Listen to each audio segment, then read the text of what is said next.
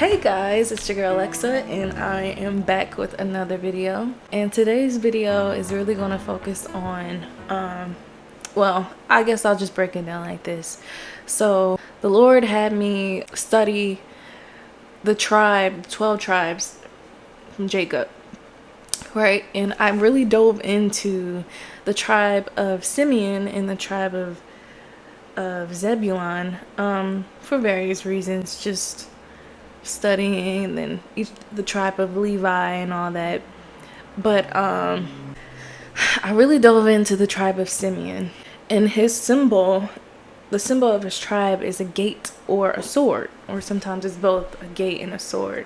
But a gate back then is not like a fence or a gate that we consider now. A gate back then would be like the walls of Jericho, like a stone wall. That was a gate. It was more like a fortress, maybe like you can consider it a guard or something like that. But I really dove into the tribe of Simeon and how it was in correlation to me. And Simeon was the second eldest son of Jacob, and we all know Joseph was the firstborn of Rachel.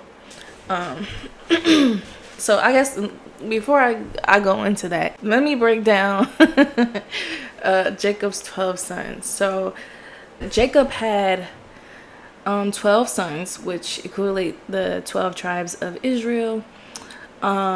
Jacob's first 6 sons were from Leah. And then he had 2 from Zilpah and Bilhah. If I'm not mistaken, I might be saying their names wrong.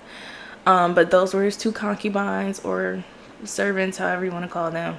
But he had 2 wives. Jacob had 2 wives, Leah and Rachel. And we all know that Jacob favored Rachel. He worked hard to get Rachel, right? But he was tricked into marrying Leah. And to Jacob, Leah was not that valuable. So it kind of trickled down to his son, his first 6 sons from Leah, which was Reuben, Simeon, Levi, Judah, Issachar, and Zebulon, right? And they all have different gifts. I think the whole story is just beautiful. But he had 2 concubines, Zilpah and Bilhah, and they birthed Gad, Asher, Dan, and Naphtali. And Rachel birthed 2 sons, which was Joseph and Benjamin. And Joseph and Benjamin was Jacob's, he favored, those were his favorite sons, right? So the other 10 they were just neither here or there. But I feel like the first 6 sons that came from Leah were since Jacob rejected Leah, he rejected the offspring that she bore, even though she bore the most. So a lot of that trickled down to Simeon and Levi and Judah and Zebulon, Issachar, and Reuben, right?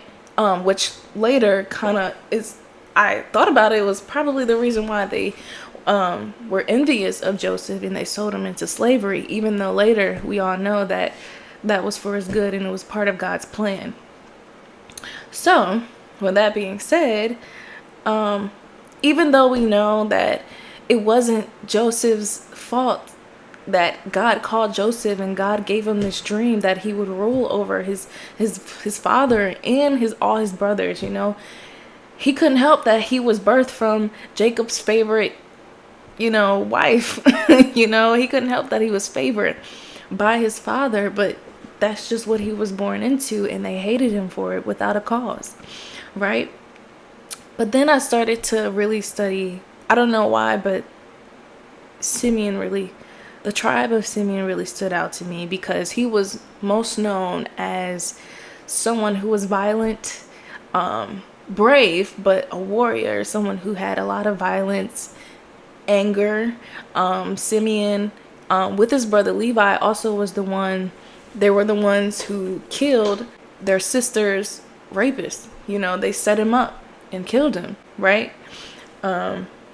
For raping their sister, Dinah, however they pronounce her name.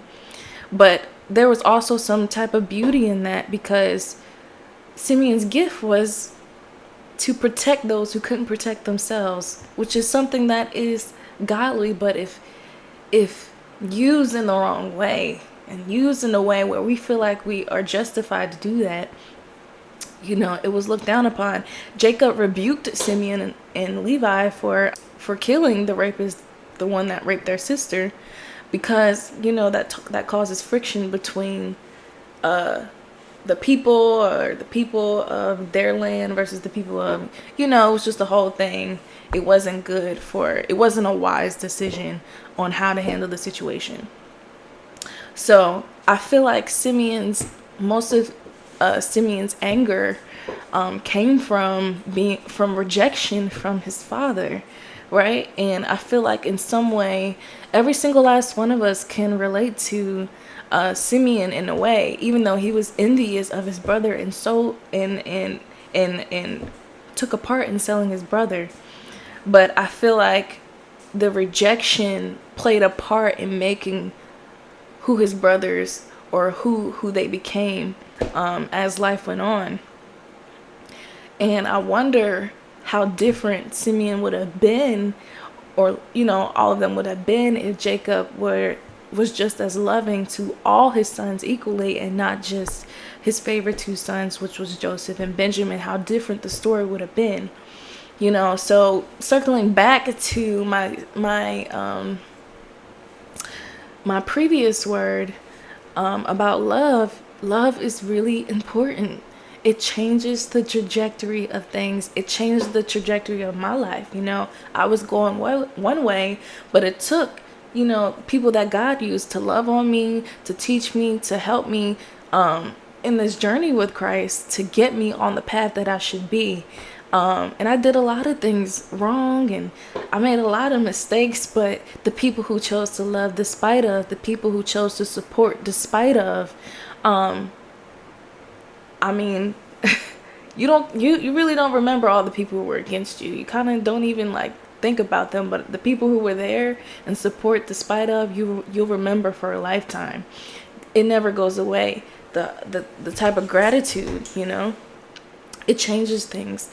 And I always say all the time, love changes everything. It changes everything, but it's also one of the most hardest things to do because of self-righteousness. And I'm not gonna lie, because I struggle with the same thing. Because of self-righteousness, sometimes that hinders me from walking in love when I know that I should. I gotta tell you guys, and God has really been dealing with me about forgiveness lately. And but I gotta say, it is definitely a lot easier said than done. So the message that I want you guys to walk away with today, and let it really reflect, let it simmer. If you need to, go back and really study in Genesis Jacob's story, and how it bled into all his sons, and how, since it bled into all his sons, it kind of bled into the story of Joseph, and how he was betrayed by his brothers. But I think what's so significant about Joseph is, in the end, after it was all said and done, he went to jail, interpreted the dreams while he was in jail, was reinstated, and was second in command, and he prophesied that there was going to be a famine from the dream that Pharaoh had, and they prepared for it, and there was a famine. But little did he know that would bring his father and his brothers back for food, because there was such a drought, and I couldn't imagine going through all of that and seeing the very people that betrayed you come ask for help. And be honest with yourselves, how hard would that be? Think about it. Bring it into reality. Bring it into your own life. How hard is that? Would you do the same for a friend that betrayed you? For a coworker, a boss that betrayed you? Would you do that for a boyfriend that betrayed you? Would you do that?